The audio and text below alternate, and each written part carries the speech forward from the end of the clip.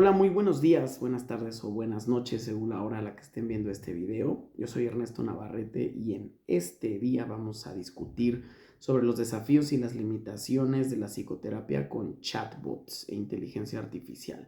Vamos a hablar de las perspectivas positivista y explicativa y vamos a hablar sobre cómo la conducta humana está influenciada por lo objetivo y por lo subjetivo. Así que acompáñenos en este recorrido para descubrir las complejidades de la mente humana y también de la tecnología en la era moderna. Un traguito de agua antes de empezar y vamos a hablar sobre el paradigma explicativo. Este paradigma surge a mediados del siglo XX y surge como respuesta a una creciente influencia que hubo del positivismo en las ciencias sociales y naturales. El positivismo está promovido por filósofos como Auguste Comte, como John Stuart Mill, que se centraron en el uso del método científico para estudiar fenómenos observables y medibles. Yo creo que lo caracteriza o lo que nos hace recordarlo rápidamente es esta idea de descartar lo subjetivo y de centrarse nada más en los datos verificables, ¿no?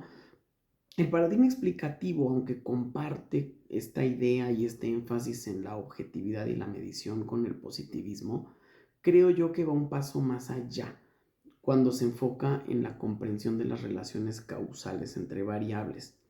¿A qué me refiero? A que el paradigma explicativo no busca nada más describir los fenómenos, sino como su nombre lo dice, explicar por qué, cómo ocurren. Yo creo que se diferencia del positivismo en su interés por establecer relaciones, conexiones causales detalladas, pero sobre todo en algo muy importante, en la apertura que tiene para integrar sus hallazgos con otros enfoques. Ya sé que muchos me van a decir que el paradigma explicativo es lo mismo que el positivismo. Muchos maestros en la maestría me lo dijeron y han sido muchas discusiones, pero quiero un poquito argumentar el por qué creo que son dos cosas diferentes. Vamos a ver esta diferencia con un ejemplo muy sencillo. Quien considera que es el padre de la psicología como ciencia es nada más y nada menos que Wilhelm Wundt. ¿Y por qué Wundt? Porque funda el primer laboratorio de psicología experimental. Este laboratorio lo funda en Leipzig en 1879 y se centró en lo que podía ser directamente observado, medido en el laboratorio. Se dice que Wundt, pues bueno, contribuyó o es el responsable de la consolidación de la psicología como ciencia experimental, como ciencia objetiva.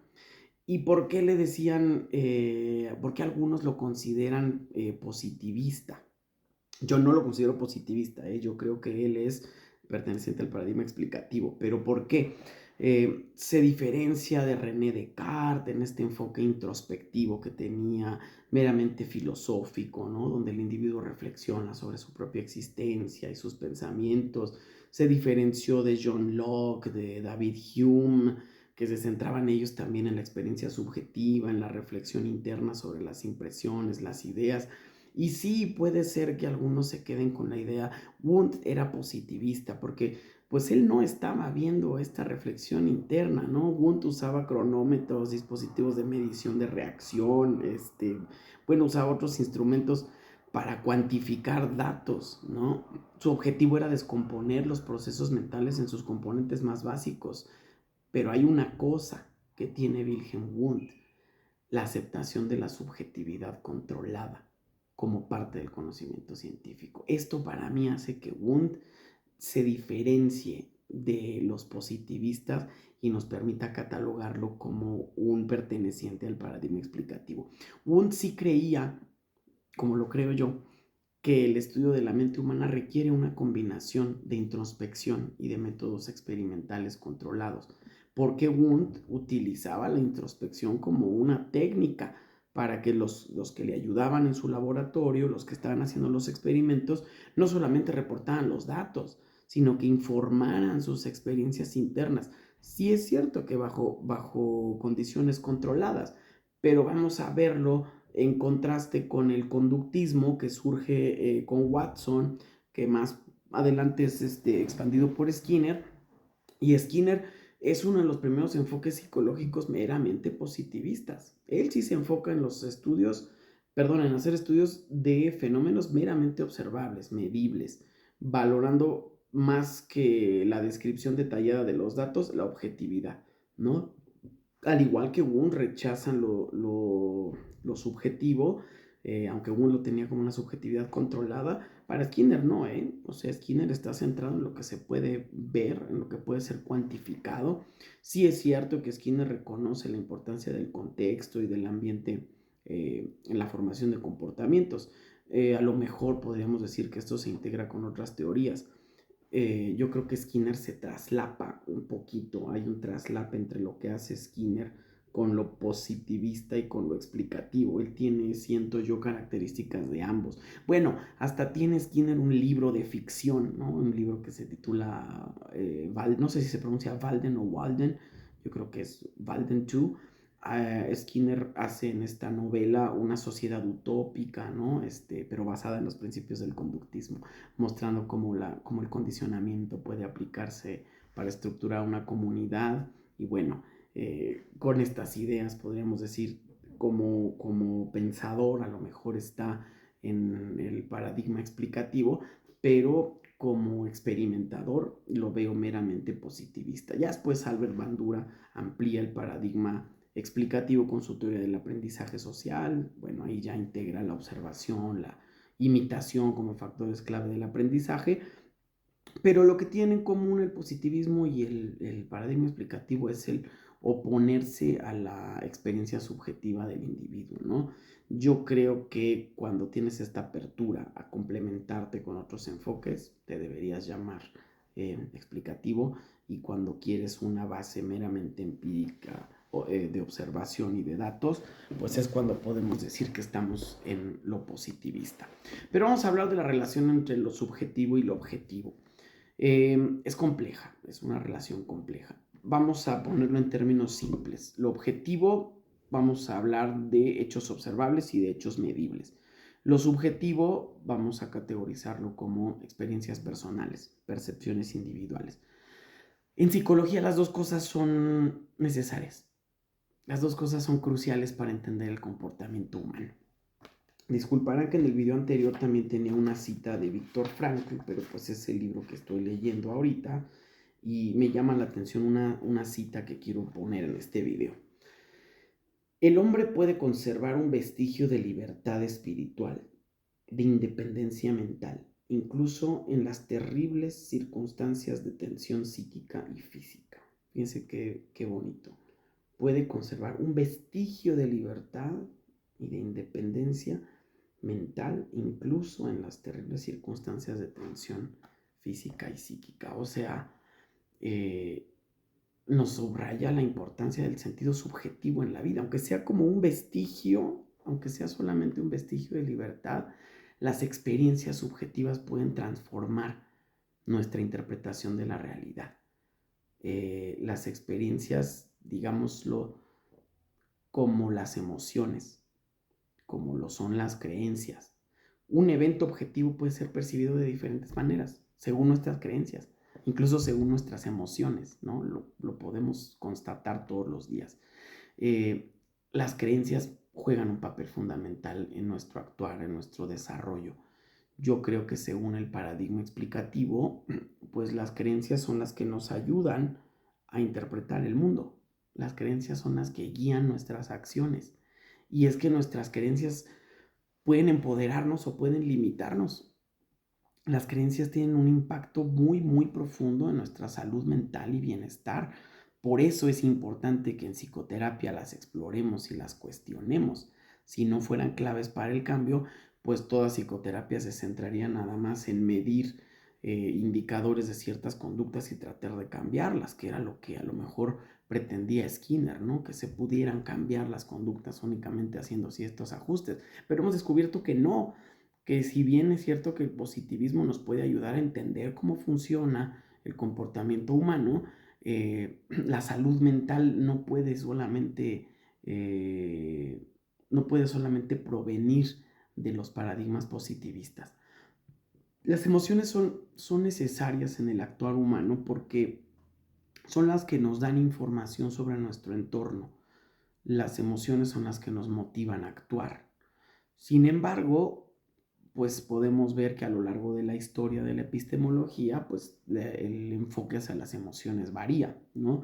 En el video pasado hacía yo referencia a un libro de Morton Schatzman, El asesinato del alma, en el que justamente habla de que las emociones que no se expresan se transforman en somatizaciones, ¿no? Se transforman en síntomas psíquicos que marcan el cuerpo, que marcan la mente del individuo y lo marcan de manera indeleble.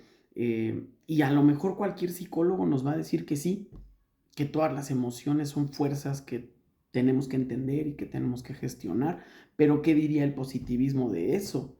El positivismo nos diría, no, hay que realizar un estudio longitudinal, experimental, medir los niveles de estrés, buscar indicadores de síntomas somáticos, ¿no? Cuantificar cuántos dolores de cabeza hay, con qué intensidad se dan los dolores gastrointestinales, yo qué sé, poner pruebas que te den un número para la ansiedad, para la depresión, comparar a los que expresan sus emociones y a los que no las expresan para ver si sí realmente sucede eso en psicoterapia.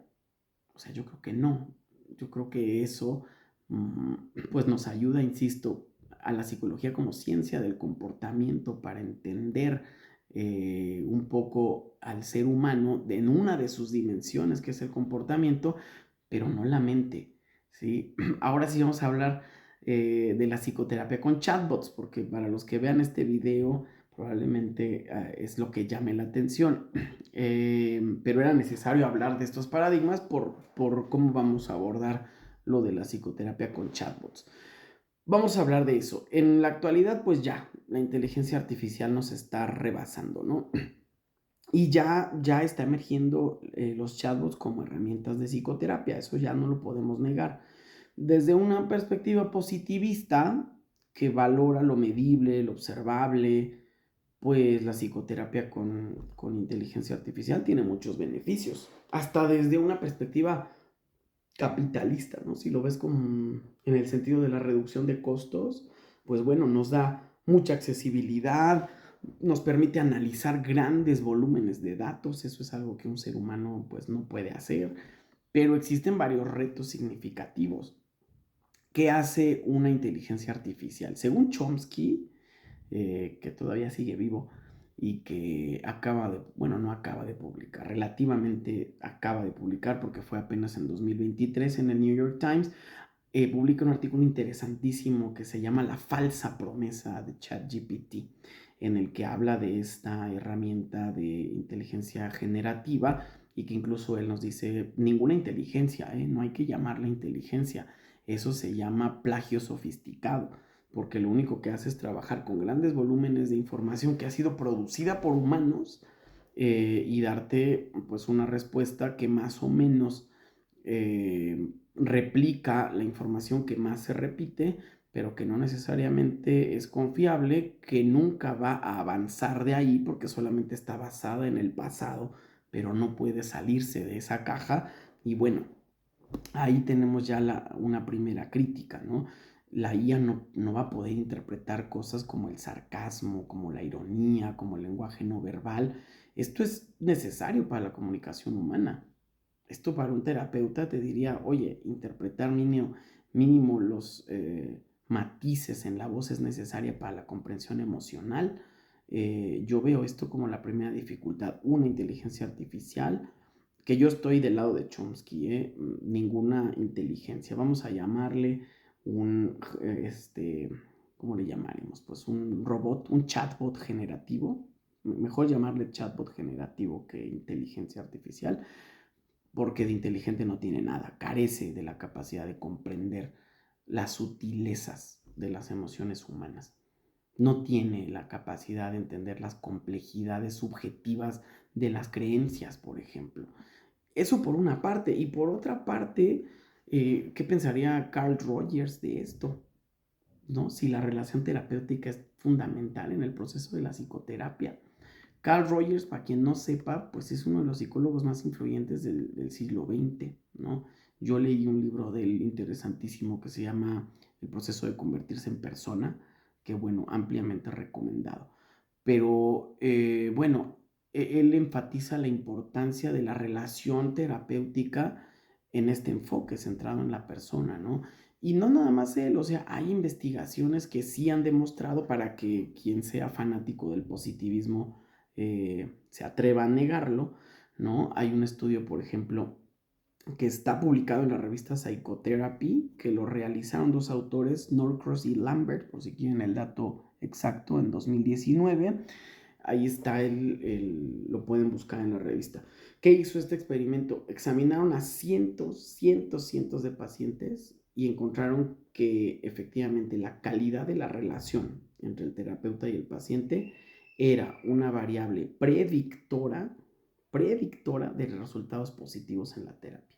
O sea, los investigadores descubrieron, para decirlo en cristiano, que cuando los pacientes perciben que su terapeuta es empático, comprensivo, genuino, entonces tienen más probabilidades de experimentar mejoras significativas en su salud mental. Entonces, pues ojo ahí, positivistas y fanáticos de los chatbots generativos, porque esta relación entre el terapeuta, esta creación de un entorno seguro, de generar confianza, de facilitar la exploración y el cambio emocional, la podemos hacer los humanos, no los chatbots generativos. La empatía de un ser humano requiere mucho más que bonches de información.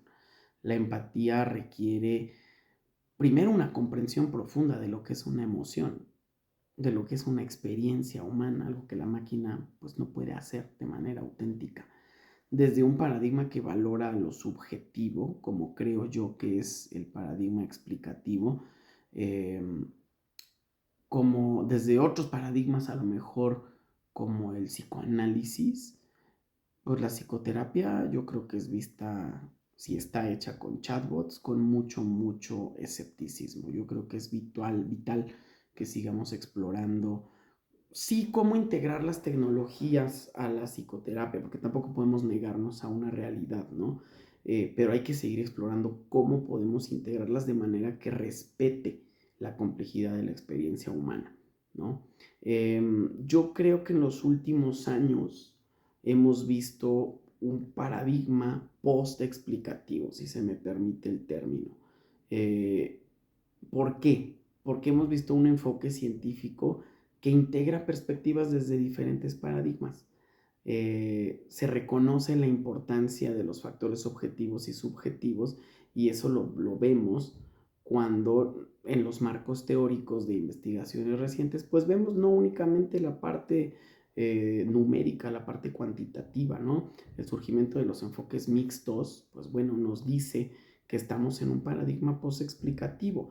Simplemente el surgimiento de la palabra holístico, que no me gusta tanto porque a veces se utiliza como para ciertas terapias que considero charlatanería, pero si lo vemos como lo que es la palabra, pues el enfoque holístico considera al individuo como un todo, ¿no? O sea, hay que integrar sus aspectos biológicos, psicológicos, sociales. Esta palabra biopsicosocial que se usa tanto en la psicología es un indicador de que estamos en un paradigma post-explicativo. Otras palabras que veo, es que yo como lingüista, las palabras que usamos en nuestro día a día me hacen pensar que son un reflejo de la realidad que tenemos en la cabeza, ¿no? Del episteme que vivimos. Se usa mucho la palabra interdisciplinariedad. Para mí esto es magnífico, es un término que me dice que el día de hoy las ciencias están combinando métodos, están combinando disciplinas, ¿no? Teorías que vienen desde diferentes disciplinas, como la neurociencia, la psicología, el psicoanálisis, la terapia cognitivo-conductual, integrarlas en una interdisciplina que nos permite, pues sí, entender quizá de manera más completa el complejo comportamiento humano. Tenemos que considerar tanto las causas objetivas como las experiencias subjetivas. Así como decía Wundt, yo me quedo con esa idea. No soy ni del equipo de Wundt ni del equipo de Skinner completamente, pero hay que hacernos esta pregunta. Hay que reconocer que para entender el comportamiento humano tenemos que considerar lo objetivo y lo subjetivo. ¿Ustedes qué piensan? las máquinas podrían algún día entender al ser humano, empatizar con él, con las complejidades de las emociones humanas. Yo espero que me muera yo primero y que no me toque llorarlo, la verdad. Pero hablemos de una cosa que se llaman, que lo vi hace poco en una conferencia, las habilidades blandas. Decía este conferencista, no recuerdo ahora mismo su nombre, Martin Hobbes, me parece. Las máquinas son superiores a nosotros en muchas cosas. Cualquier máquina es más rápida que yo, es más fuerte que yo, procesa la información de manera más eficaz que yo, más eficiente. Pero hay una cosa en la que los seres humanos somos diferentes, las habilidades blandas. Justamente la empatía, la escucha activa, la comunicación efectiva, la capacidad que tenemos para interpretar el lenguaje no verbal. Esto se va a volver algo fundamental para la práctica terapéutica. Estas habilidades hacen que un terapeuta humano se pueda conectar con sus pacientes, que pueda comprender sus emociones y sus experiencias, que pueda ir más allá de lo que te puede ofrecer una máquina, ¿no? La empatía te permite sentir, te permite entender las emociones del otro. Y la comunicación efectiva te facilita la expresión, te facilita el entendimiento mutuo. Puede que en la comunicación un robot a lo mejor sea mejor que el ser humano, pero ¿qué hay de la interpretación del lenguaje no verbal? Esa no me pueden negar que revela aspectos importantes de la comunicación que no siempre los expresamos con palabras. Entonces, pues bueno, me está ganando el tiempo de este video, así que vamos a ir concluyendo. Creo que es importante que integremos las tecnologías avanzadas en la psicoterapia, sí, pero que valoremos las habilidades humanas que tenemos, que valoremos que las habilidades humanas que tenemos son únicas. Probablemente muchos trabajos van a desaparecer con el avance de la tecnología, pero los terapeutas humanos tienen que seguir siendo humanos, tienen que diferenciarse de los robots, tienen que desarrollar y perfeccionar estas habilidades blandas, porque solamente así vamos a asegurar que el proceso terapéutico mantenga su componente humano, que mantenga su capacidad de proporcionar un apoyo emocional que sea auténtico, que sea significativo. Para los fanáticos del positivismo, pues está demostrado, hay estudios que nos lo dicen. Entonces, ¿cómo creen ustedes que las habilidades blandas puedan mejorar su experiencia en psicoterapia? ¿Qué importancia le darían a la empatía y a la conexión humana, ya no solo en la psicoterapia, sino en sus vidas diarias? Quédense con esas preguntas de tarea. Llegamos al final de este video y espero que haya sido un buen viaje. Hasta la próxima.